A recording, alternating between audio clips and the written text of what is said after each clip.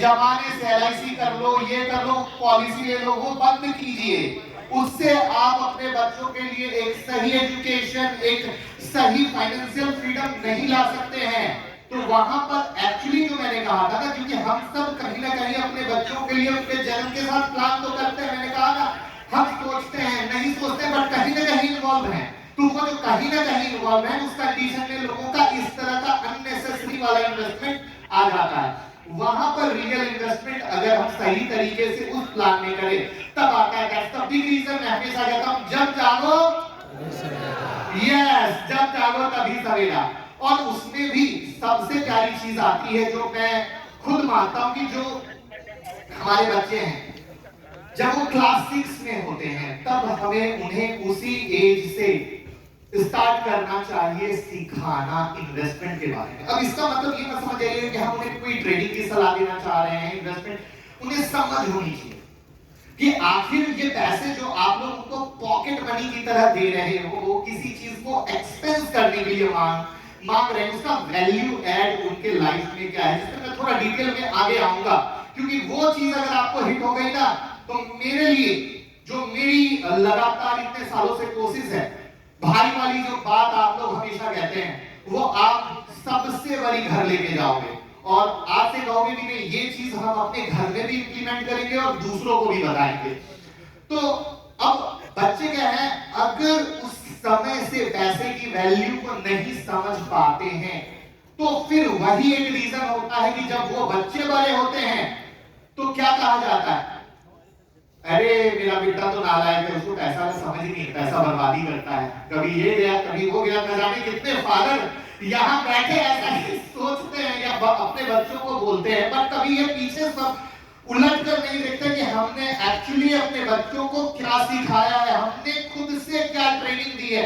बस लाइन कहना बहुत आसान होता है कि तुम्हें पैसे की वैल्यू नहीं है, बट एक्चुअली वो बच्चा भी क्या करे, उसे वो शिक्षा दी ही नहीं गई है कि पैसे की वैल्यू क्या है, तो वो करेगा कैसे।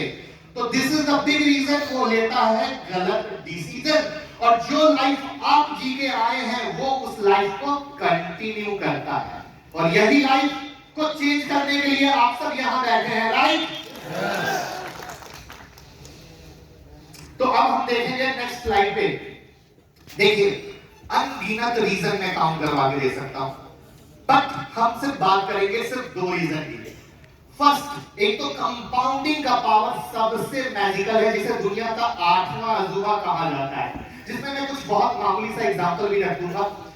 और जो कंपाउंडिंग का पावर है वो आपके लिए एक कंप्लीट लाइफ चेंज की तरह है, दुनिया बदल सकता है। जिसमें अगेन हमने यहां पर एग्जांपल इस तरीके से लिया है कि कोई ये ना कहे कि अरे सर हम 2000 रुपए तो नहीं डाल सकते। तो that is the big reason हमने यहां पर सिर्फ 500 रुपए का एग्जांपल लिया है, क्योंकि आज के डेट में अगर हम लोग बात करें तो अगेन वही बोलूंगा, जाने या अनजाने में कोई ऐसे पेरेंट नहीं होंगे जो अपने बच्चों को पॉकेट मनी खर्च करने ना देते हो। और आज की महंगाई के दौर में 1500 रुपए तो बहुत मामूली बात हो गई।